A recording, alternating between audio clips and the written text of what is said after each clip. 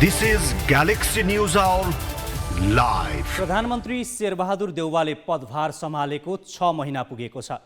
पूर्ववर्ती केपी शर्मा ओली सरकारलाई विस्थापित गरेर आइपुगेका देउवाले धेरै हदसम्म ओलीकै पथ पछ्याए। अझ ओली सरकारको भन्दा खराब बाटो समाए। एमाले र जसपालाई फुटाउन संसद अन्त्य गरी अध्यादेश ल्याए र तत्कालै फिर्ता पनि गरे। त्यसपछि पनि उनले 7 वटा अध्यादेश ल्याएर संसदकै अवमूल्यन गरे, जबकि उनी ओली सरकारले ल्याएका अध्यादेशको विरोध गरेरै सत्तामा पुगेका थिए। यसबीच उनले अधिकांश समय पार्टी काममै खर्चिए। पार्टीको महाधिवेशन गर्न सक्नु नै उनको उल्लेख्य काम हो। यसबाहेक उनले मन्त्री परिषद विस्तारमा अनावश्यक समय लगाए। त्यसमा पनि प्रधान न्यायाधीश चोलेन्द्र शमशेर राणालाई मन्त्री परिषदमा भाग दिएर सर्वोच्च न्यायालयलाई इतिहासमै धेरै विवादग्रस्त बनाए। कोभिड विरुद्धको भएको खोप पनि लगाउन नसकेर सरकारले अर्को अक्षमता प्रदर्शन गर्यो। भारतीय सुरक्षाकर्मीले तुइन काटिदिएर महाकालीमा बेपत्ता जयसिंह धामीका विषयमा देउवाले न भारतसँग कुरा गर्न सके, न लिपुलेख क्षेत्रमा भारतीय अतिक्रमणबारे प्रतिक्रिया जनाए। वैशाखभित्र गर्नुपर्ने स्थानीय चुनावबारे पनि उनी चुपचाप छन्। अर्थतन्त्र अधोगतिमा हुँदा उनको मौनता उदेक लाग्दो छ। ग्यालेक्सी न्युज आवरमा आज हामी नागरिकका आँखाबाट देउवा सरकारको मूल्याङ्कन प्रस्तुत गर्नेछौँ। अन्धविश्वासले निम्ताएका बलात्कार, यातना र हत्याका श्रृङ्खला सम्बन्धी विशेष सामग्री पनि हामीसँग हुनेछ।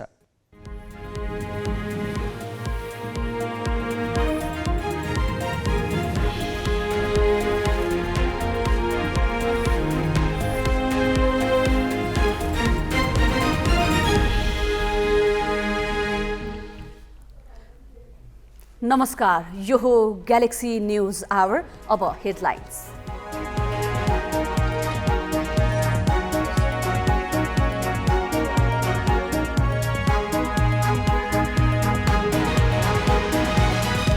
कोरोनाको तेस्रो लहर तीव्र, सरकार अझै लापरवाह। केन्द्रीय डेडिकेटेड भनिएको अस्पतालकै आइसियु आधा मात्र तयार। काठमाडौँ उपत्यका बन्यो कोरोनाको हटस्पट। देशभर सक्रिय संक्रमित 14,000 पुग्दा 2/3 काठमाडौँका। 10 दिनमा 7.5 गुणाले वृद्धि। सरकारले मूल्य वृद्धि नियन्त्रणमा राख्न सकेन। 5 महिनामा महँगी 7% भन्दा माथि। सबै आर्थिक सूचक नकारात्मक। उद्धारमा प्रयोग गर्न किनिएका जेट बोट र दमकल चलाउन नसकेको प्रदेश 1 सरकारको हेलिकप्टर किन्ने सुर। सस्तो लोकप्रियताका लागि बजेट सक्ने मेलो। र दक्षिण कोरियाले कोभिड संक्रमितको उपचारमा अब खाने चक्की प्रयोग गर्ने, खोपमा जोड नदिने।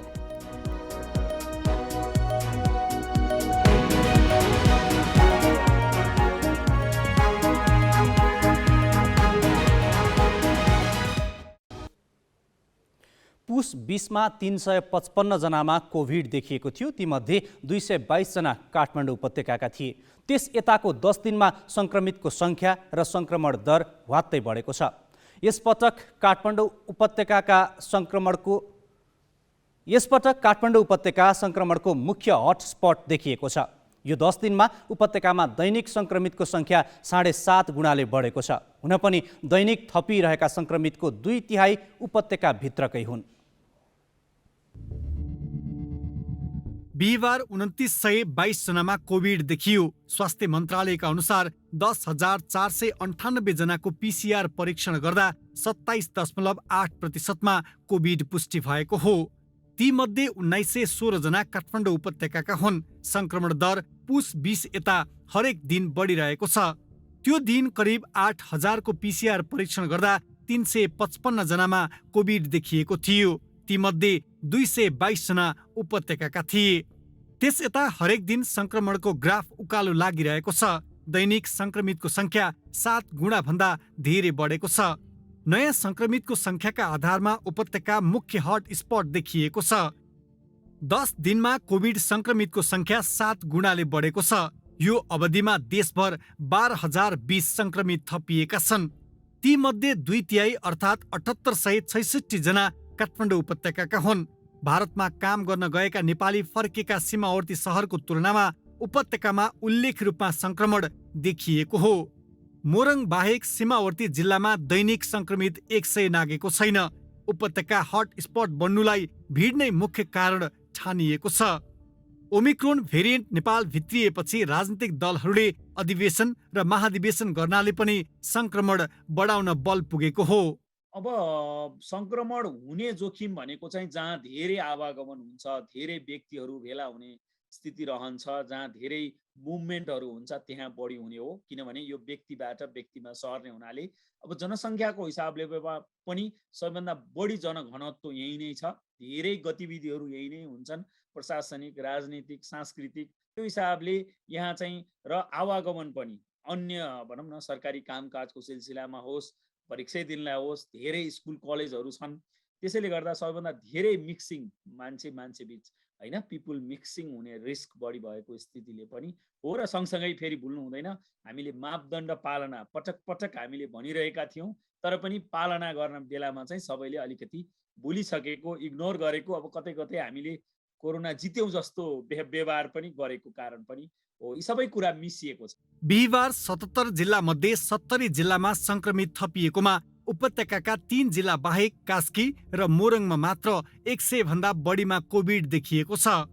काठमाडौँ उपत्यका त हटस्पट बनेको छ नै, बालबालिकामा पनि सङ्क्रमण दर बढेको छ। बिहिबार 327 बालबालिका सङ्क्रमित भए। यो बिहिबार थपिएको 11% हो। पुस 20 मा 54 बालबालिका सङ्क्रमित भएका थिए। बालबालिकामा सङ्क्रमण दर बढ्नुमा खोप लगाउनमा भएको ढिला सुस्तीलाई एउटा कारण मानिएको छ। प्राकृतिक रूपमा प्राप्त केही गरी सङ्क्रमण पछि भएको इम्युनिटी पनि 6 महिनापछि हामीले घट्छ भनिरहेकै थियौँ। 6 महिना नाग्नु अनि त्यसपछि अब खोप लगाएकालाई पनि सङ्क्रमण हुन सक्नु, भिडभाड लगायतका गतिविधिहरू सामान्य जीवन जस्तै गरी कोभिड छैन जस्तो व्यवहार गर्नु, मास्क लगायतका मापदण्ड पालनामा कमी कमजोरी हुनु र नयाँ भेरिएन्ट पनि थपिनु, यी सबै कुरा मिसिएको छ जस्तो देख्छ। उपत्यका हटस्पट बने पनि भिड नियन्त्रणका उपाय अपनाइएको छैन। विद्यालय बन्द गरिए पनि सार्वजनिक यातायातदेखि बजार जताततै भिड छ। अस्पतालहरूमै सामाजिक दूरीको नियम पालना गराइएको छैन। राजनीतिक ब्युरो, ग्यालेक्सी 4K, काठमाडौँ। गत चैतमा कोरोनाको डेल्टा प्रजातिले हायल कायल बनायो। अस्पतालहरू खचाखच भरिए, अक्सिजनको हाहाकार भयो।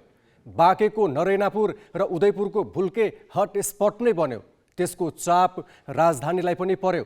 शुक्रराज ट्रपिकल सरुवारोग अस्पताल, वीर ट्रमा त्रिवी शिक्षण अस्पतालले सङ्क्रमितको चाप ठेक्न सकेनन्। त्यसैले 2078 वैशाख 25 गतेको मन्त्री परिषद बैठकले वीरको नवनिर्मित भवनलाई 500 शैय्या क्षमताको कोभिड युनिफाइड अस्पताल बनाउने निर्णय गर्यो। तर अहिलेसम्म अस्पताल पूर्ण क्षमतामा सञ्चालन गर्न सकिने भइसकेको छैन। सङ्क्रमणको पहिलो झमटबाट खासै पाठ नसिकेको सरकारी संयन्त्र दोस्रो लहरबाट आत्तिनु स्वाभाविकै थियो। त्यसैले गत वैशाख अन्तिम साता डेल्टाको लहर उत्कर्षमा रहेकाले 15 दिनभित्रै काम सक्ने र सञ्चालक समिति समेत गठन गर्ने मन्त्री परिषदको निर्णय थियो। तर दोस्रो लहर असारबाटै ओह्रालो लाग्न थाल्यो। अहिले तेस्रो लहर पुनः उकालो चढ्दा पनि कोरोनाको केन्द्रीय र डेडिकेटेड अस्पताल पूर्णतः तयार भइसकेको छैन। यहाँ आइसियु लगायतका कक्षमा यन्त्र उपकरण जडान गर्नै बाँकी छ।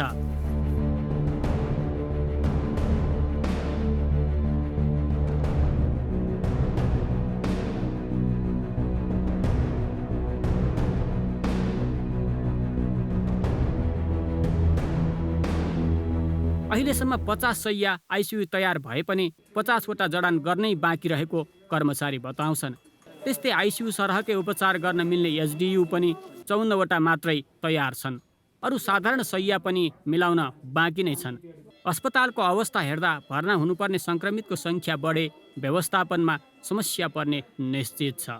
अस्पताल व्यवस्थापन भने बिरामीको चाप बढ्ने बित्तिकै आइसियु, एचडियु लगायतका कक्ष सञ्चालनमा ल्याउन सकिने बताउँछ। अहिले हामी 500 बेड कोभिडको लागि तयारी गरेका छौँ।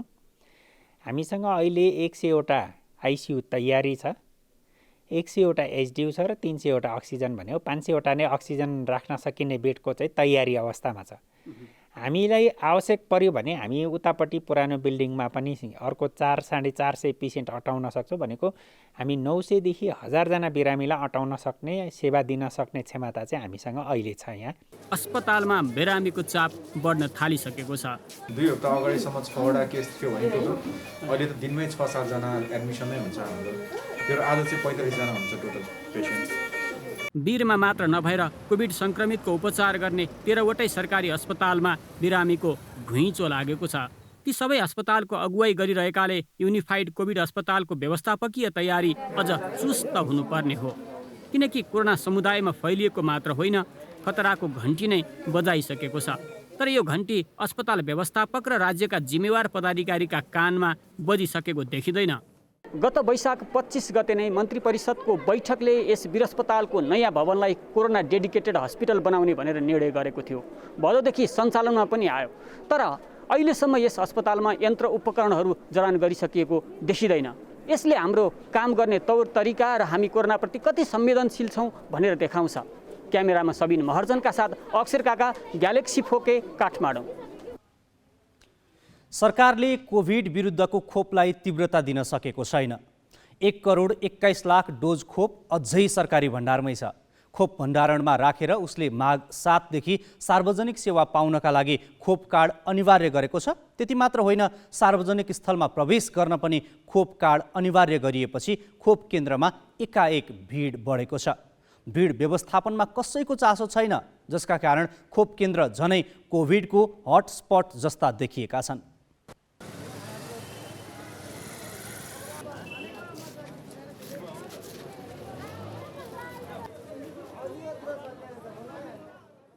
यो दृश्य हो शुक्रराज ट्रपिकल तथा सरुवा रोग अस्पताल टेकुको। सरकारले माघ 7 देखि सार्वजनिक निकायको सेवा पाउन खोप कार्ड अनिवार्य गरेपछि अस्पतालमा खोप लगाउनका लागि भिड लागेको हो। लाइनमा सामाजिक दूरीको नियम पालना गरिएको छैन। न खोप लगाउन लाइन बसेकाहरूले ध्यान दिएका छन्, न त अस्पताल व्यवस्थापनले नै। भिड अनुसार खोप लगाउन अस्पताल व्यवस्थापनले जनशक्ति पनि परिचालन गरेको छैन, जसका कारण कतिपयले खोप नलगाई फर्कनु परिरहेको छ। आज पनि लाउन सक्नु भएको छैन। त्यहाँ पनि पुलिस दाइहरूले के गर्नुभयो भने उहाँले सहयोग गर्नुपर्ने ठाउँमा राम्रोसित बाहिर गेट बाहिर गएर यति समयसम्म मात्रै हो, तपाईँहरू नबस्नुहोस्, जानुहोस्, भोलि यति बजे आउनुहोस् भनेर टोकनको व्यवस्था गरेको भए जनताले यति दुःख पाइँदैन थियो भन्ने मेरो बुझाइ हो। अब यहाँ खोप लाउने भनेर आएको थियो, अब लाइन बस्दा बस्दा यति बेला भइसक्यो, फर्म भरि पनि सक्यो, तर हामीलाई भित्र छिरालेको छैन। उल्टो अब मान्छेहरू धेरै भिडभाड भएर झन् यो कोरोना बढ्ने जस्तो भइरहेछ झन् अहिले। त्यही भएर अनि त्यस्तै भइरहेछ। 4 बजीदेखि आएको होइन, अहिले भित्र पनि जान दिँदैन, लाइन पनि बसेको थुप्रो भइसक्यो, अहिले खुट्टा पनि दुखिरहेछ। सार्वजनिक स्थलहरू जस्तै कार्यालय, होटेल, रङ्गशाला, हवाई यात्रा, पार्क लगायतमा प्रवेशका लागि पनि खोप कार्ड अनिवार्य भनिएका कारण समेत खोप केन्द्रमा भिड बढेको हो। भिड बढेपछि काठमाडौँमा खोप केन्द्रको सङ्ख्या 11बाट 7 पुर्याइएको छ। बिहिबारदेखि काठमाडौँ मोडल अस्पताल, पिपुल्स डेन्टल कलेज, जनमैत्री अस्पताल, नर्भिक अस्पताल, सुवेक्षा अस्पताल, नोबेल अस्पतालमा पनि खोप लगाउन थालिएको छ। तर धेरैलाई नयाँ केन्द्रबारे जानकारी छैन, त्यसैले सरकारी अस्पतालमै भिड लागेको हो। म समस्या भन्दा बिहान 8 बजीदेखि लाइनमा बस्दा अहिलेसम्म खोप लाउनु पाएन होइन। अब तपाईँको यो के अरे खोप 25 जनाभन्दा बढी मान्छे नबस्नु भनिरहेछ सरकारले। अब यत्रो जना चाहिँ यसो हामी कोचाकोच बसेका छौँ होइन। यस्तो अब कोचाकोच गरेर बस्नु परेको छ हामी। त्यस कारणले यो सरकारले यो चाहिँ किन हेरेन? कोभिड बढाउने हो कि घटाउने हो? खोप लाएर घटाउने हो नि यस्तो गरी कोचाकोच किन गरिरह्यो होइन? यो त बढाउने भयो नि त। हामी त रोग लिन आए जस्तो भयो नि त। यो त यसरी कोचिएर बस्नु पर्दाखेरि चाहिँ मान्छे खोप लाउनु भन्दा पहिला कार्डको लागि लाइनमा बसिरहेको कतिपय मान्छेहरू चाहिँ होइन। खोप बरु नहोस्, कार्ड चाहिँ होस् भनेको छन् कि। अब जहाँ पनि हाम्रो कार्ड अगाडि लानुपर्छ नि त, त्यसको लागि त सबैभन्दा पहिला कार्ड आओस् भनेर बढिरहेका छन्। त्यही पनि हामीलाई पनि एकदम समस्या भएर यहाँ चाहिँ बल्ल बल्ल आइपुगेका छन्। अब खोप लगाउनु चाहिँ पाइन्छ होला भन्ने चाहिँ आशामा छ। पर्याप्त खोप भएर पनि लगाउन अलमल गरेको स्वास्थ्य मन्त्रालयले केही दिन यता भने गति बढाएको छ। बिहिबार 3,56,000लाई खोप लगाइएको छ। बुधबार यो सङ्ख्या 2,14,000 थियो। खोपको गति बढाउनु आफैमा सकारात्मक हो, तर खोप केन्द्रलाई व्यवस्थित नगर्ने हो भने त्यहीँबाट कोभिड फैलिने जोखिम छ। सार्वजनिक स्थलमा 25 जनाभन्दा बढी भेला हुन नपाउने निर्णय गरेको सरकारले यो भिड व्यवस्थापनका लागि खोप केन्द्र व्यापक रूपमा विस्तार गर्नुपर्ने देखिन्छ। क्यामेरामा विष्णु थापाका साथ अङ्गराज नेउपाने, ग्यालेक्सी फोके, काठमाडौँ। कोभिड रोकथामका लागि सरकारले 2076 चैतदेखि लगातार 4 महिना लकडाउन गरेको थियो। दोस्रो लहरका बेला 2078 वैशाखदेखि पनि निषेधाज्ञा जारी गर्यो। अहिले तेस्रो लहर तीव्र रूपमा फैलिएको छ। संक्रमण दर 10 दिनमै 4%बाट 28% पुगेको छ। स्वास्थ्य मन्त्री विरोध खतिवडाले भने सरकार लकडाउन गर्ने पक्षमा नरहेको बताएका छन्। उनले आज सार्वजनिक रूपमै पहिलो र दोस्रो लहरमा लकडाउन गर्दा मुलुकले आर्थिक र सामाजिक क्षेत्रमा ठूलो क्षति बेहोरेकाले यसपटक लकडाउन गरेर जनजीवन आतंकित गर्ने पक्षमा नरहेको भनेका छन्। सुरुका बेलामा हामीलाई यसको आतंक बढी भएको हुनाले एउटा दुईटा सामान्य लक्षण देख्दा पनि हत्त नपत्तो यसको उपचार लकडाउन भनेर हामीले जति जाने थियो त्यति गऱ्यौँ।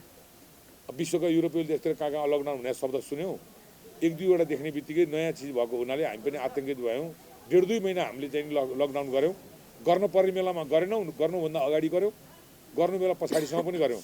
त्यसले अहिलेको केही पर्सेन्ट मृत्यु दरलाई 2-4 जनाको घटायो होला भन्ने अनुमान गर्न सकिएला। तर त्यसले परेको शैक्षिक क्षेत्रको क्षति, औद्योगिक क्षेत्रको क्षति, राष्ट्रमा भएको राजस्वको क्षति, त्यसले त्यो राजस्वले देशमा गर्नुपर्ने अनेकौँ सामाजिक क्षेत्रका कामहरूलाई पुगेको क्षति, यस्तो त्यो नदेखिने क्षतिहरू त्यो मृत्युभन्दा पनि अझ भयावह ढङ्गले चाहिँ नि राष्ट्रले क्षति बिहोर्न परिरहेको छ। त्यस कारणले अब हामी आत्तिएर मात्तिएर लकडाउन नै समाधान हो भन्ने पक्षमा हामी छैनौँ। आवश्यकता हेरेर खास बिन्दुमा गर्न पर्यो भने त्यो पनि चाहिँ नि विचार पुर्याएर हामी लकडाउन जान्छौँ। यो सजिलैसँग लकडाउन जाँदैनौँ। अहिले आजकल के स्मार्ट लकडाउन के लकडाउन भनेका छन्, त्यसको व्याख्या गर्नुभन्दा नि हामी आवश्यकता अनुसार खास बिन्दुमा गर्न सक्छौँ। त्यो हो। त्यसले अहिले तत्कालै लकडाउनको विषयमा आतंकित भइहाल्न पर्दैन। रोग व्याधिको विषयमा पनि हामीले उपचारदेखि लिएर सबै सकभर नलागोस्, लागिहाल्यो भने पनि हामीले सम्पूर्ण ठाउँहरू तपाईँले यही अस्पतालमा उभिएर भन्नुभएको छ, यहीँ उपचार पाउनुहुन्छ तपाईँहरूले। सम्पूर्ण ठाउँमा चाहिँ हामीले चाहिने आइसोलेसन वार्डहरूदेखि लिएर आइसियुदेखि लिएर अक्सिजनदेखि लिएर पहिलो भेरिएन्टको बेलाको भन्दा हामी 2-3 गुणा माथि ट्रेन पनि भएका छौँ, इक्विपमेन्ट पनि बढाएका छौँ। महामारीको पहिलो र दोस्रो लहरमा देशले जति क्षति बेहोर्यो त्यो लकडाउनका कारण नभई सरकारी संयन्त्रको लापरवाही र अक्षमताका कारण थियो। त्यसैले अब पनि राज्यका सबै संयन्त्रलाई युद्ध स्तरमा परिचालन गर्न नसक्ने हो र लापरवाही जारी राख्ने हो भने अझै ठूलो क्षति बेहोर्नुपर्ने हुन सक्छ। यो सन्दर्भ अहिलेलाई यति नै। अब पालो सही कि गलतको।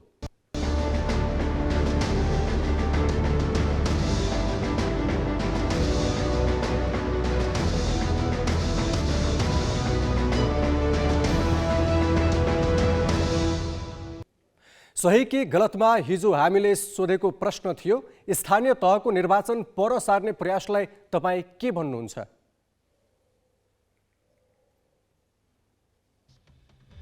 ग्यालेक्सी एपमा सहीको पक्षमा 18% र गलतको पक्षमा 82% मत प्राप्त भएको छ। अब आजको प्रश्न, सार्वजनिक सेवा लिन खोप कार्ड अनिवार्य गरिनु सही हो कि गलत? तपाईले आफ्नो मत ग्यालेक्सी फोके टिभी एपमा गएर राख्न सक्नुहुन्छ।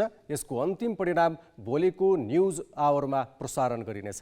Galaxy app Google play store र एप स्टोरबाट डाउनलोड गर्न सक्नुहुन्छ। अब केही न्युज संक्षेपमा।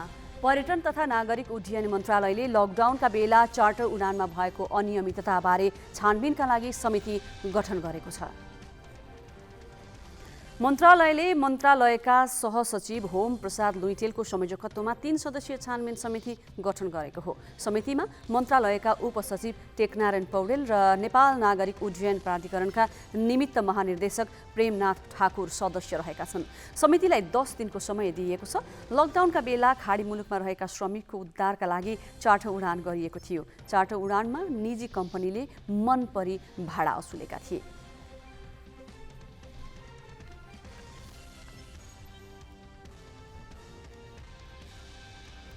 बाँकेको रूपैडिहा नाकाबाट नेपाल भित्रिनेको भिड लागेको छ। कामको सिलसिलामा भारत गएका नेपाली र राप्ती नुहाउन आउने भारतीय गरी दैनिक 7-8 हजार सो नाकाबाट भित्रै रहेका छन्। राप्ती नदीमा नुहाउनका लागि हरेक वर्ष पुस माघमा ठूलो संख्यामा भारतीय नागरिक नेपाल आउने गरेका छन्। राप्ती नुहाएर उनीहरू जुडुवा गाउँपालिका लगायतका सीमा क्षेत्रबाट भारत फर्किने गरेका छन्। सो नाकामा पछिल्लो 24 घण्टामा 329 जनाको एन्टिजेन परीक्षण गर्दा 47 जनामा संक्रमण देखिएको छ। धादिङको रुबी भ्याली गाउँपालिकामा बाटो खन्ने क्रममा गएको पहिरोमा परि 3 जना बेपत्ता भएका छन्। रुबी भ्याली गाउँपालिका 1 मा सडक खन्ने क्रममा उनीहरू आज एक्जाभेटर सहित पुरिएका हुन्। बाटोमाथिबाट सुक्खा पहिरो जाँदा एक्जाभेटर चालक, सहयोगी र 1 जना स्थानीय पुरिएको धादिङ प्रहरीले जनाएको छ। पहिरोमा पुरिएर बेपत्ता भएकाहरूको खोजी कार्य जारी छ।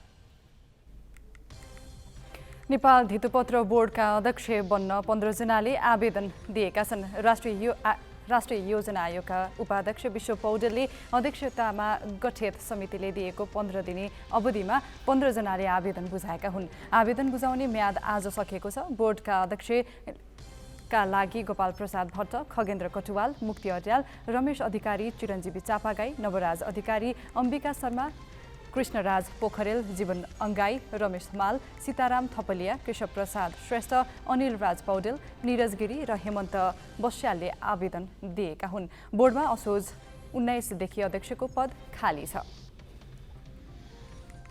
नेपाल राष्ट्र बैंकले बैंक तथा वित्तीय संस्थामा रहेको 20 वर्ष पुरानो निक्षेप बैंकिङ विकास कोषमा जम्मा गर्न आग्रह गरेको छ। राष्ट्र बैंकले निक्षेपकर्ताले 20 वर्षसम्म लिन वा बुझ्न नआएको रकम तत्काल कोषमा जम्मा गर्न निर्देशन दिएको हो। बैंक तथा वित्तीय संस्था सम्बन्धी ऐन 2073 को दफा 112 को उपदफा 1 मा त्यस्तो निक्षेप बैंकिङ विकास कोषमा जम्मा गर्ने व्यवस्था छ। राष्ट्र बैंकले बैंक तथा संस्थालाई ती निक्षेपकर्ताको विस्तृत विवरण सुरक्षित राख्न भनेको छ। कोषमा जम्मा भएको रकम निक्षेपकर्ताले सहजै पाउँदैनन्, उनीहरूले ब्याज पनि पाउने छैनन्। बैंक तथा वित्तीय संस्थाले आफू कहाँ प्रमाण सहित पेश गरेपछि बिना ब्याज निक्षेप फिर्ता दिइने राष्ट्र बैंकले जनाएको छ। शेयर बजार परिसूचक 54 अङ्कले बढेको छ। अन्य बाहेकका बाँकी 12 समूहले परिसूचक 2857.75 अङ्कमा पुर्याएका हुन्। जलविद्युत समूहको परिसूचक सबैभन्दा धेरै 4.9% उकालो लागेको छ भने वित्त, लघुवित्त र लगानी समूहको सूचक 3% भन्दा धेरैले बढेको छ। आज 8 कम्पनीका लगानीकर्ताले गुमाउँदा 179 कम्पनीका लगानीकर्ताले कमाएका छन्। बजारमा 6 अर्ब 66 करोड 97 लाख रुपैयाँको शेयर किनबेच भएको नेपाल स्टक एक्सचेन्जले जनाएको छ। बिसन्चो भयो भने तपाईँ पहिला कसलाई सम्झिनुहुन्छ, डाक्टर या धामी झाँक्री? भन्नलाई डाक्टर भने पनि ठूलो जनसङ्ख्या यस्तो छ जसले अस्पतालभन्दा झारफुकमै बढी विश्वास गर्छ। तर यही कारण भोग्नु परेको क्षति भने बेहिसाब छ। यो प्रसङ्ग विनय कुमारबाट। यो विज्ञानको युग हो। यन्त्र मानवमा समेत मानवीय संवेदना भरिदिन विज्ञान दिन रात प्रयासरत छ। तर नेपालमा यस्तो अन्धविश्वासी मानव समूह पनि छ जसको संवेदना निर्जीव यन्त्र मानव जति पनि छैन। बिरामी निको बनाउने भ्रममा पारेर झारफुक गरिँदा सिन्धुपाल्चोकी रोशनी श्रेष्ठले राजधानीमै ज्यान गुमाइन्। यो पहिलो घटना होइन। अन्धविश्वासको यो चक्र धेरै पहिलेदेखि घुमिरहेको छ। झारफुक गर्नेहरू चोक चोकमा सटरै खोलेर बसेका छन्। शारीरिक मानसिक यातनादेखि बलात्कार, हत्या जस्ता जघन्य अपराधका घटनामा समेत उनीहरू प्रत्यक्ष संलग्न छन्। हेरौँ यो विशेष रिपोर्ट। शरीरका विभिन्न भागमा नीलडाम र नाकबाट रगत बगेको यो शव सिन्धुपाल्चोककी 14 वर्षीय रोशनी श्रेष्ठको हो। यी घाउ उनको टाउको दुख्ने समस्या निको पारिदिन्छु भन्दै माता भनिने उमा शाही ठकुरीले काठमाडौँमै कुटपिट गरी त्रिशूलले घोपेका कारण भएको र यसैले उनको मृत्यु भएको रोशनीको परिवारको भनाइ छ। त्यहाँ गएर हेर्दाखेरि तपाईँको चाहिँ मुखमा पनि निलै निल, नाकमा पनि पुरै ब्लड जामेको, अनि त्यहाँबाट जिउ शरीर हेरौँ भन्दाखेरि शरीरमा चाहिँ अनि यो कपडा खोलेर हेर्दाखेरि तपाईँको कुनै पनि ठाउँमा खाली छैन। सबै त्यो चाहिँ त्रिशूलले हानेर लातको लात हानेर जताततै तपाईँको हरियो हरियो सुम्लै सुम्लो छ। यो त्यही ठाउँ हो जहाँ उपचारका नाममा झारफुक गर्न भन्दै कथित मातालाई हवाला गरिदिँदा 14 वर्षीय बालिकाले कुटपिटको पीडामा तडपी तडपी ज्यान गुमाउनु पर्यो। रोशनीलाई 3 वर्षदेखि टाउको दुख्ने समस्या थियो। चिकित्सकले भनेको औषधि खाइरहेकी थिइन्। तर कति पनि निको नभएपछि हैरान भएकी आमाले पुस 3 गते काठमाडौँको रानीवन स्थित माता भनिने उमा शाही ठकुरीको झारफुक केन्द्रमा पुर्याएकी थिइन्। कतै हाम्रो आशंका चाहिँ यसलाई फितलो काज गरेर अलिकति छुट्ने हो कि भन्ने आकांक्षा जुन त्यो शङ्काले पनि हामीले अब जुन लास जिम्मा लिन सकेका छैन। अहिले कथित माता प्रहरी नियन्त्रणमा छिन्। रोशनीको शव त्रिवी शिक्षण अस्पतालमा छ। गिल्डामर्ची थियो, त्यही भएर चाहिँ शङ्कास्पद भनेर अनि मातालाई नियन्त्रणमा लिएर माता भनिएकोलाई नियन्त्रणमा लिएर अहिले दिन 5 को म्याद थप पनि भएको छ र त्यसको सम्बन्धमा एकदम गहनतापूर्वक अनुसन्धान पनि भइरहेको छ। मानसिक र शारीरिक समस्याको उपचारका नाममा धामी झाँक्रीको भरपर्दा भएको दुर्घटना यो एक्लो होइन। काठमाडौँमै बिरामीहरू कुटपिट, बलात्कार, हत्या जस्ता घटनाका शिकार भएका छन्। आफूलाई धरती माता बताउँदै भद्रकाली मन्दिरमा बस्ने विष्णु कुँवरले ठूलो भिडका बीच एक युवतीलाई शारीरिक यातना दिएको भिडियो नै सामाजिक सञ्जालमा भाइरल हुँदा 2076 असारमा पक्राउ परेकी थिइन्।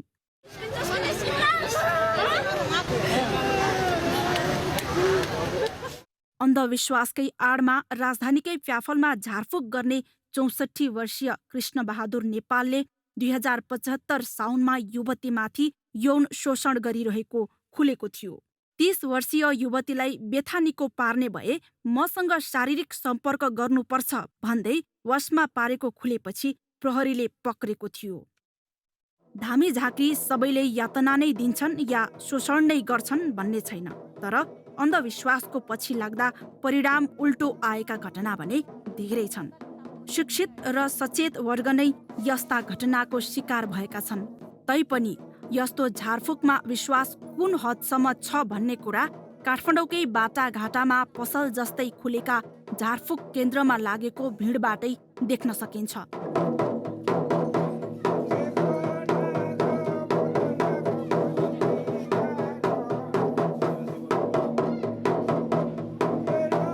दुई 2071 सालमा त काठमाडौँ जिल्ला प्रशासनमा नेपाल झाँक्री सङ्घ दर्ता नै भएको छ। प्रहरी प्रधान कार्यालयका अनुसार पछिल्लो 4 वर्षमा देशभर अन्धविश्वासकै कारण 13 जनाको मृत्यु भएको छ भने 106 जना घाइते भएका छन्।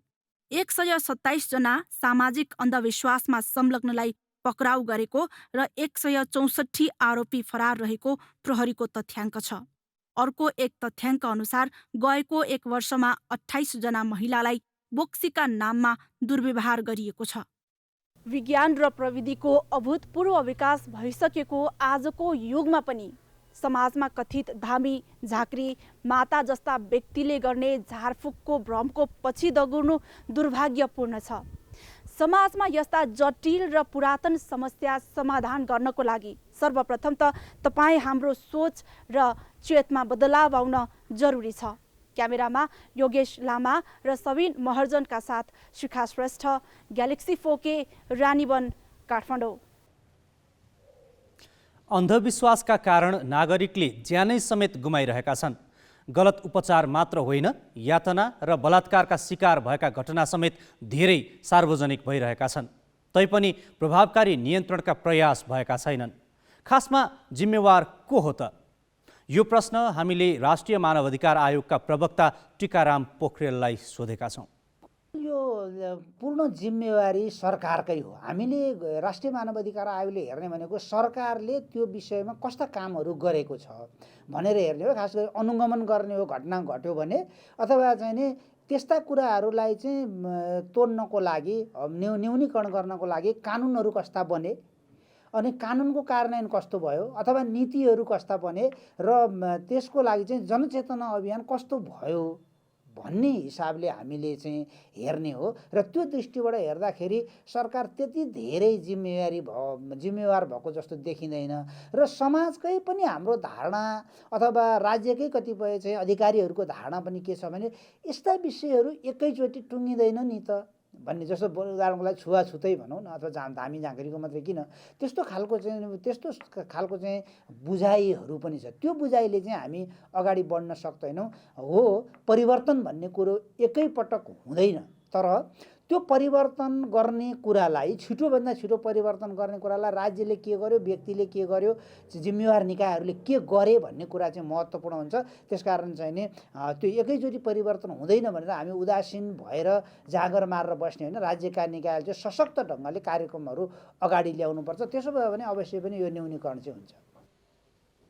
आजको युगमा पनि उपचारका लागि धामी झाँक्रीको शरण पर्नु, अझ सहरका शिक्षित र सचेत मानिने वर्गमा समेत झारफुकप्रति लगाव देखिनु त अनौठो छँदैछ।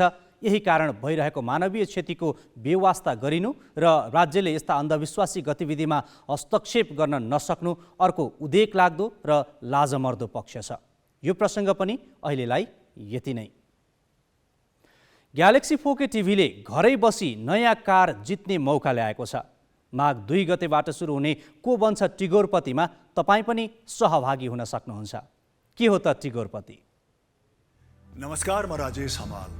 मलाई थाहा छ तपाईहरु केबीसी सिजन 2 हेर्न एकदम धेरै पर्खिनु भएको छ। हामी पनि त्यसको तयारीमा जोडतोडले लागिरहेका छौँ। तर पनि ग्यालेक्सी 4K मा हाम्रो भेट हुन अझ केही समय लाग्छ। तर चिन्ता नलिनुहोस्, तपाईहरुलाई म यसै कुराउँदिन। म त्यो भन्दा पहिला को बन्छ टिगोरपति खेलाउँदै छु। यसलाई खेल्न तपाईले कुनै छनौट पार गर्नु पर्दैन, स्टुडियोमा पनि आउनु पर्दैन। केबीसी मा सोधिने भन्दा सजिलो प्रश्नको जवाफ दिएर तपाईले ब्रान्ड न्यू टिगोर कार आफ्नो बनाउन सक्नुहुन्छ। साथै अन्य आकर्षणहरू त झन् कति कति। को बन्छ टिगोरपतिमा सोधिने प्रश्न ग्यालेक्सी 4K मा हरेक दिन साँझ 7 बजेदेखि 11 बजेको बीचमा जुनसुकै बेलामा पनि आउन सक्छ। विजेताको छनौट छिटो र सही जवाफ दिने व्यक्ति मध्येबाट हुनेछ। यस खेलमा सहभागी हुन टिभीमा ग्यालेक्सी 4K लगाउनुहोस् र मोबाइलमा galaxy 4K TV app download गर्नुहोस्।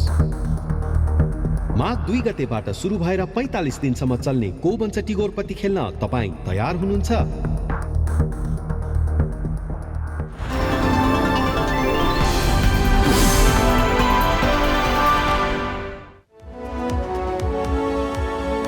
Exclusively on Galaxy 4K. अब केही न्यूज संक्षेपमा। दक्षिण कोरियाले कोभिड संक्रमितको उपचारमा फाइजरको खाने चक्की प्लेक्सोभिड प्रयोग गर्ने भएको छ। फाइजरको 6 करोड 30 लाख चक्की अमेरिकाबाट आज दक्षिण कोरिया आइपुगेको छ। दक्षिण कोरियाले भोलिबाट वितरण सुरु गर्ने बताएको छ। दक्षिण कोरिया फाइजरको चक्की प्रयोग गर्ने एसियामा पहिलो राष्ट्र हुनेछ। 6 करोड 30 लाख चक्कीले 21,000 जनाको उपचार हुन्छ। दैनिक 1,000लाई वितरण गर्ने भनिएको खाने चक्की सुरुमा उच्च जोखिममा रहेका 65 वर्ष माथिका, दीर्घरोगको स्वास्थ्य समस्या भएका र प्रतिरक्षा क्षमता कमजोर भएका व्यक्तिलाई दिइनेछ। यो चक्की 5 दिनसम्म दिनको 2 पटक सेवन गर्नुपर्छ। फाइजरको प्याक्सलोभिड चक्की कोभिड संक्रमणको उपचारमा 90% प्रभावकारी रहेको अनुसन्धानबाट यसअघि नै पुष्टि भइसकेको छ। बेलायतका प्रधानमन्त्री बोरिस जोन्सनको सत्ता गठबन्धन भित्रैबाट राजीनामा मागिएको छ। प्रधानमन्त्री जोन्सनले कोभिड रोकथामका लागि गरिएको लकडाउनमा पार्टी गरेको स्वीकार गरेपछि कन्जर्भेटिभ पार्टीकै सांसदले उनको राजीनामा मागेका हुन्। जोन्सनले भने पार्टी गरेकामा बुधबार संसदमा माफी मागेका थिए। कन्जर्भेटिभ नेता डुग्लास रोसले प्रधानमन्त्री जोन्सनप्रतिको विश्वास गुमेको भन्दै उनले नैतिकताका आधारमा राजीनामा दिनुपर्ने बताएका छन्। विपक्षी सांसदहरूले जोन्सनको चर्को आलोचना गरेका छन्।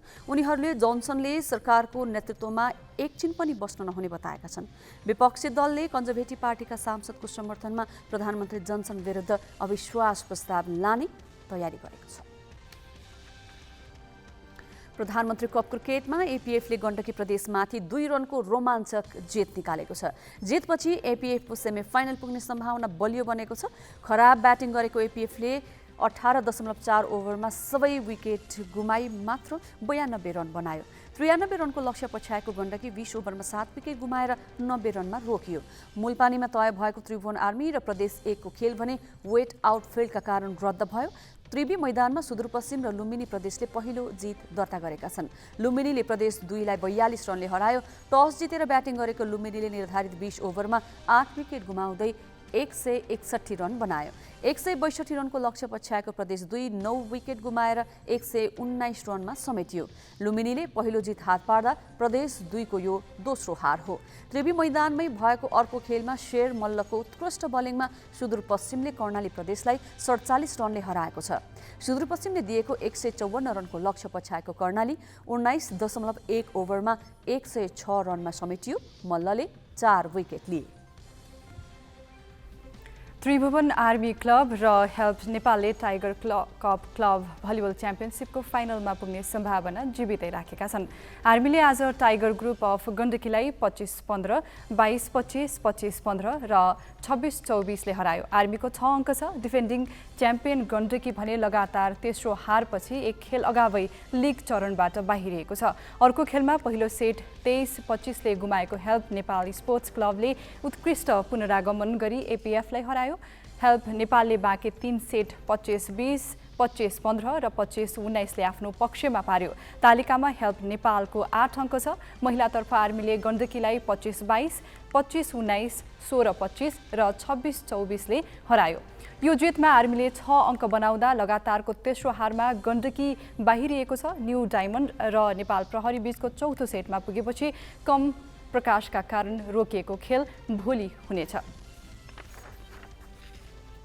नेपाल प्रहरीका सन्देश गुरुङ र विशाल सिंह विष्टले राष्ट्रिय भारोत्तोलन प्रतियोगितामा नयाँ राष्ट्रिय कीर्तिमान बनाएका छन्। सन्देशले पुरुष 96 किलो स्न्याचतर्फ 109 किलो वजन उठाउँदै 2077मा भएको राष्ट्रव्यापी भारोत्तोलनमा विशाल सिंहले बनाएको 108 किलोको कीर्तिमानी तोडे। सन्देशले स्न्याचमा 109 र क्लिन एन्ड जर्कमा 137 गरी कुल 246 किलो वजन उठाउँदै स्वर्ण जिते। एपीएफका सुजन विकले रजत तथा धनुषाका उज्जवल कुमार मिश्राले कांस्य प्राप्त गरे। पुरुष 102 किलोमा विशालले राष्ट्रिय कीर्तिमान आफ्नो नाममा लेखाए। उनले स्न्याचमा 111 र क्लिन एन्ड जर्कमा 150 गरी कुल 261 किलो वजन उठाए। यसअघि यो कीर्तिमान सन्देश गुरुङको नाममा थियो। आर्मीका विनोद खड्का दोस्रो तथा एपीएफका रणबहादुर नगरकोटी तेस्रो भए। 3 दिने प्रतियोगितामा 143 खेलाडीले 60 स्पर्धामा प्रतिस्पर्धा गरेका थिए। नेपालमा पहिलो पटक फ्रेन्चाइज बास्केटबल लिग हुने भएको छ। नेपाल बास्केटबल सङ्घका कार्यवाहक अध्यक्ष भीमसिंह गुरुङ र टर्न पाइकका कार्यकारी निर्देशक उकेश लोहनीले लिग सम्बन्धी सम्झौतामा हस्ताक्षर गरेका छन्। लिग वैशाखमा सञ्चालनको तयारी गरिए पनि मिति तय गरिएको छैन। प्रतिस्पर्धी टिमको नाम 8 सहरको नाममा राखिनेछ। ड्राफ्टबाट खेलाडी छनौट हुनेछ। प्रत्येक टोलीमा कम्तीमा 2 विदेशी सहित 12 खेलाडी रहनेछन्। देशको अर्थतन्त्र लगातार ओह्रालो यात्रामा छ। कुनै पनि सूचकले आशा जगाउन सकेको छैन। आज फेरि नेपाल राष्ट्र ब्याङ्कले विगत 5 महिनाको आर्थिक अवस्थाको विवरण सार्वजनिक गरेको छ, जसले अर्थतन्त्र सुधार र जनताको सुविधाका लागि सरकारले कुनै पहल नगरेको प्रश्न देखाएको छ। यो प्रसङ्ग गौतम रेग्मीबाट। सरकारले बजेट मार्फत चालु आर्थिक वर्ष महँगी 6.5% भन्दा बढ्न नदिने भनेको थियो, तर सरकार 5 महिनामै मूल्यवृद्धि नियन्त्रणमा असफल भएको छ। महँगी 7%बाट माथि चढेको छ भने अन्य आर्थिक सूचक पनि सकारात्मक छैनन्। यसले अर्थतन्त्र सुधार र जनताका दैनिक समस्या सम्बोधनका लागि सरकारले कुनै पहल नगरेको प्रश्न देखाएको छ। देशका अधिकांश आर्थिक सूचक नकारात्मक छन्। नेपाल राष्ट्र बैंकले बिहिबार सार्वजनिक गरेको 5 महिनाको प्रतिवेदन अनुसार रेमिटेन्स, चालु खाता, शोधनान्तर स्थिति, विदेशी विनिमय सञ्चिति, महँगी लगायतका सूचक नकारात्मक देखिएका हुन्। महँगी 7.11% बढेको छ, जबकि सरकारले महँगी 6.5% सीमित राख्ने लक्ष्य बजेट मार्फत सार्वजनिक गरेको थियो। गत आर्थिक वर्ष मङ्सिरसम्म मूल्य वृद्धि दर 2.9% सीमित थियो। यसपालि गैर खाद्य तथा सेवा समूहको मूल्य 8.25% बढेको छ। घिउ तथा तेल 28.52% महँगिएको छ। चालु खाता घाटा बढेको बढै छ। कार्तिकमा 2 खर्ब 23 अर्बले घाटामा रहेको चालु खाताको घाटा बढेर 3 खर्ब 69 करोड रुपियाँ पुगेको छ। यो अवधिमा शोधनान्तर घाटा झण्डै 45 अर्बले बढेर 1 खर्ब 95 अर्ब 1 करोड रुपियाँ पुगेको छ। रेमिटेन्स अप्रवाह गत वर्षको 5 महिनाको तुलनामा घटेको छ। गत आर्थिक वर्ष मङ्सिरसम्म 4 खर्ब 16 अर्ब 81 करोड रेमिटेन्स भित्रिएकोमा यसपालि त्यो रकम 3 खर्ब 88 अर्ब 58 करोड रुपैयाँमा खुम्चिएको छ। आयात आकाशिएकाले व्यापार घाटा 54.7%ले बढेर 7 खर्ब 35 अर्ब 49 करोड रुपैयाँ पुगेको छ। विदेशी विनिमय सञ्चिति 12 खर्ब 14 अर्ब 4 करोडमा झरेको छ। यो सञ्चितिले 6.8 महिनाको वस्तु तथा सेवा आयात धान्ने देखिन्छ, जबकि गत वर्ष 5 महिनामा 13 महिनाको वस्तु तथा सेवा आयात धान्न सक्ने क्षमता थियो। चिरञ्जीवी भट्टराई, ग्यालेक्सी 4K, काठमाडौँ।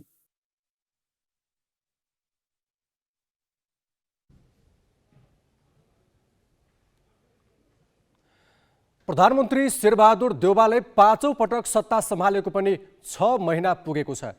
गत असार 29 गते प्रधानमन्त्रीका रूपमा शपथ लिएका देउवाको यस अवधिलाई आम नागरिकले कसरी मूल्याङ्कन गरेका छन् त?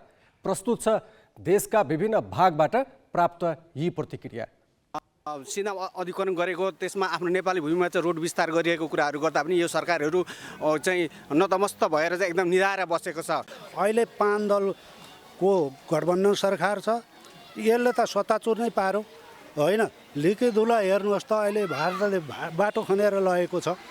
अहिले सारा नेपाली रोइराखेका छन्। हामी त किसान हौँ होइन, मुख्य त मलैको किसानलाई त मल होइन, बिउ अब न गहुँ छर्ने बेलामा गहुँको बिउ पनि पाउँदैन, मकै छर्ने बेलामा मकैको बिउ पाउँदैन। अहिले सूर्यमुखीको हाहाकार छ। धेरै अप्ठ्यारो छ किसानले, न उरिया पाउँछ, न के अरे पटास पाउँछ, न यो डिएपी मल पाउँछ। अनि किसानलाई त धेरै मर्कामा परिसकेको छ। राम्रो पनि भएको छैन, नराम्रो पनि भएको छैन। प्रधानमन्त्री बने उसको ठाउँमा बालुवाटारमा चाहिँ कुर्सीमा बस्यो, त्यति हो काम। अरू काम केही पनि भएको छैन। उहाँहरू मात्र हो घुमाउने कुर्सीमा बस्ने र, तर जनताको त कुनै खोजी पनि केही पनि छैन। जनतालाई त किन भन्दाखेरि गरिब गुर्दा जनताहरू कति पीडितहरू छन्, बाढी पीडितहरू छन्, कति दुःखमा परेका छन्। बरु कसले गरेको छ? कृष्ण कडेलले गरेको छ। सरकार आएको 6 महिना भइसक्यो, अहिलेसम्म उपलब्धिमूलक केही काम हुन सकेको छैन। महामारी जस्ताको त्यस्तै छ, जनताले दुःख पाएको पाइछ, केही पनि विकास भएको देखिन। नागरिकको पक्षमा सरकारले केही पनि गरेको छैन। जुनसुकै सरकार आए पनि जनतालाई प्रत्यक्ष रूपमा यो महसुस हो भन्ने कुरो चाहिँ जनताले पाएको जस्तो देखिएको छैन। कोभिडको महामारीमा पनि कुनै पनि विशेष किसिमका योजनाहरू पनि अगाडि सारेको हामीले देखेनौँ। विपक्षी दलहरूले अवरुद्ध गर्दा गर्दै पनि मिलाएर लैजानु भएको छ। जति 6 महिनामा हुन पनि काम अपेक्षा थियो जनताहरूलाई, त्यो चाहिँ हुन सकेन। के गर्नु, सरकारले केही पनि गर्दैन। के काम गर्छ र उसकै अब पेट भर्ने काम गर्छ नि। हामीले के गर्छ र? केही पनि गर्दैन हामीले त। जुन आए जुन जोगी आए नि कानै चिरेको होइन, केही गर्नेवाला छैनन् कसैले। कुर्सी तानातान हो, त्यही हो। सर्भिस ओरिएन्टेड सरकार हुनु पर्यो क्या। जहिले पनि त्यही, जहिले पनि त्यही, जहिले पनि त्यही, जहिले त्यो त कर्मकाण्डी भइहाल्यो नि। अलिक एक्स्ट्रा केही गर्नु न त भयो क्या। बाट आशा अपेक्षा गरिएको थियो कामको द्रुततामा, त्यो चाहिँ अलिक कमै हो। तर विभिन्न अप्ठ्याराका बावजुद पनि केही न केही त भएकै छ। सरकार छँदै छैन भन्ने होइन, अनुभूति त छ, हुनुपर्ने भन्दा कम छ। यो चाहिँ अपुरो सरकारले चाहिँ गर्न चाहिने धेरै गाह्रो छ। किनभने पूर्ण सरकार भएको बेला त नगरेको सरकारले अब यो चाहिँ यो थोरै चाहिँ मत लिएको सरकारले के गर्न सक्ला र? नचाहिँदो काम गरेर हिँड्नेलाई कारबाही गर्यो भनेदेखि जुन आए पनि राम्रो हुन्छ होइन। अब यो ऊ भन्ने कुरा छैन। जब यो कारबाही हुँदैन भनेदेखि यो देशमा केही हुनेवाला छैन। विपदमा उद्धारका लागि प्रदेश 1 सरकारले खरिद गरेका दमकल र जेट बोट प्रयोगमा आएका छैनन्। अब हेलिकप्टर पनि किन्ने योजना प्रदेश सरकारले अघि सारेको छ। प्रदेश सरकारलाई अहिले हेलिकप्टर नै किन आवश्यक परेको हो? हेलिकप्टर खरिद गरी सञ्चालन गर्ने सामर्थ्य प्रदेश सरकारले राख्छ त?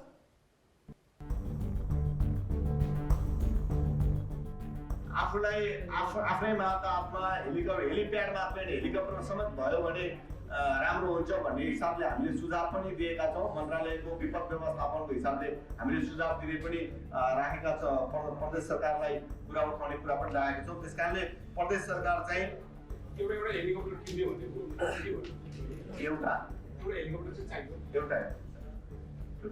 त्यो उतारै गर्नु प्रदेश सरकारले किन्नुपर्छ भन्ने कुरा हामी विपद व्यवस्थापनको यो उसबाट हामीले सिफारिस गर्ने हो। गत साता प्रदेश 1 का आन्तरिक मामिला मन्त्री केदार कार्कीले बिरामी र घाइतेको उद्धारका लागि हेलिकप्टर खरिदको योजना सुनाए। प्रदेशमा बाढी, पहिरो, आगलागी जस्ता विपदको उच्च जोखिम रहेकाले हेलिकप्टर अति आवश्यक भएको सरकारको दावी छ। प्रदेशको उच्च स्तरीय विपद व्यवस्थापन समितिले पनि आफ्नै हेलिकप्टर खरिद गर्न सुझाव दिइसकेको छ। के प्रदेश सरकारले हेलिकप्टर किन्ने र सञ्चालन गर्ने सामर्थ्य राख्छ त? हेलिकप्टर खरिद आफैले नगरे पनि हेलिकप्टर भाडामा लिएर होइन आवश्यक पर्दाखेरि लिएर पनि जान सकिन्छ। अथवा तिनटै सरकार मिलेर एक नम्बर प्रदेशमा यहाँ चाहिँ विराटनगरमा एउटा हेलिकप्टर राख्ने प्लान सोच पनि हुनसक्छ। त्यो चाहिँ तिनटै तहको सरकार मिलेर यहाँ कसैले एउटा भनौँ न एउटा आर्मीले अथवा कुनै निकायले त्यसको व्यवस्था सञ्चालन गर्ने त्यो हिसाबको पनि गर्न सकिन्छ। तर त्यो अहिले चाहिँ हाम्रो सोच छलफलमा पनि खासमा आएको छैन त्यो विषय अहिले। महत्वाकांक्षी योजना ल्याउने र खपतका लागि बोल्ने कारण मन्त्रीहरू पटक पटक आलोचित हुँदै आएका छन्। यसअघि खरिद गरिएका विपद र उद्धारका साधन बेवारिसी अवस्थामा थन्किएका छन्। मुख्यमन्त्री अत्यावश्यक सेवा केन्द्रको नाममा 7,51,80,000मा खरिद भएका 14वटा दमकल गत वर्षदेखि अलपत्र छन्। ती दमकल अझै पालिकासम्म पुर्याइएका छैनन्।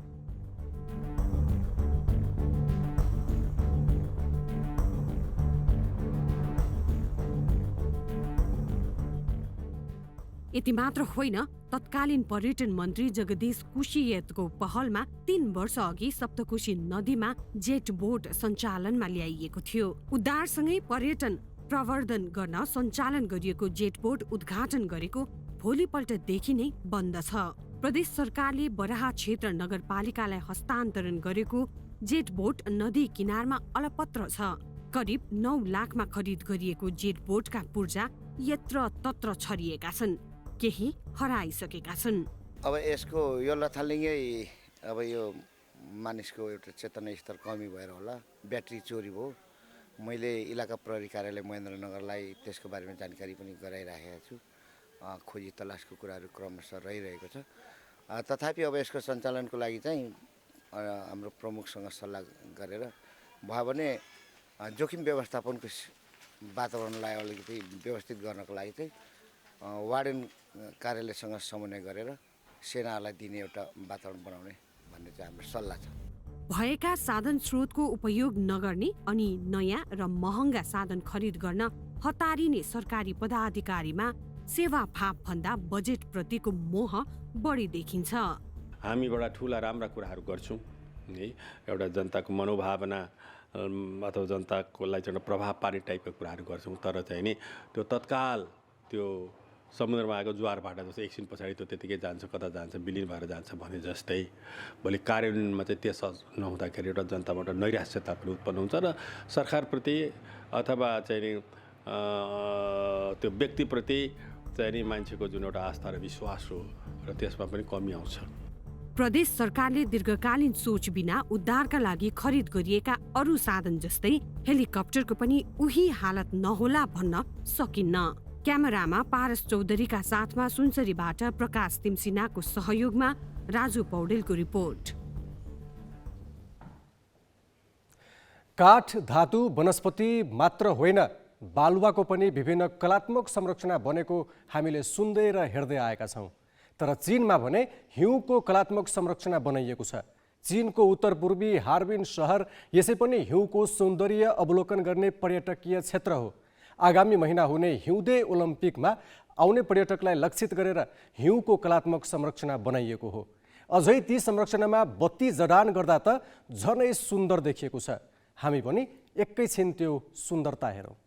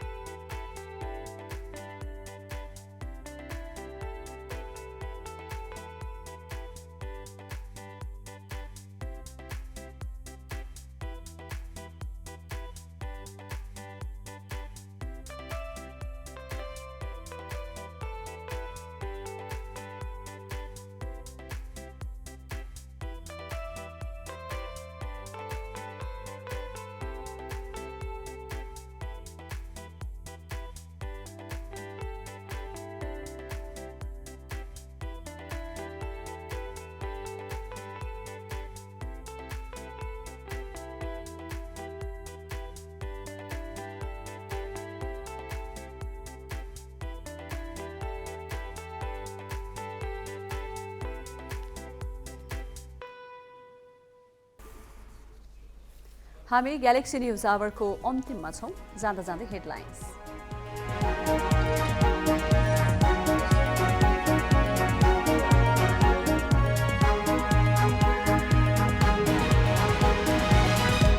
कोरोनाको तेस्रो लहर तीव्र, सरकार अझै लापरवाह। केन्द्रीय डेडिकेटेड भनिएको अस्पतालकै आइसियु आधा मात्र तयार। काठमाडौँ उपत्यका बन्यो कोरोनाको हटस्पट। देशभर सक्रिय संक्रमित 14,000 पुग्दा 2/3 काठमाडौँका। 10 दिनमा 7.5 गुणाले वृद्धि। सरकारले मूल्य वृद्धि नियन्त्रणमा राख्न सकेन। 5 महिनामा महँगी 7% भन्दा माथि। सबै आर्थिक सूचक नकारात्मक। उद्धारमा प्रयोग गर्न किनिएका जेट बोट र दमकल चलाउन नसकेको प्रदेश 1 सरकारको हेलिकप्टर किन्ने सुर। सस्तो लोकप्रियताका लागि बजेट सक्ने मेलो।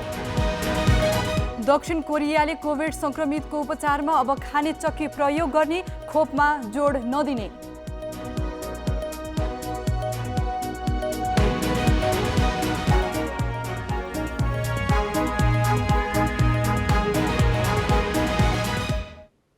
आजलाई ग्यालेक्सी न्युज आवर सकियो। नमस्ते।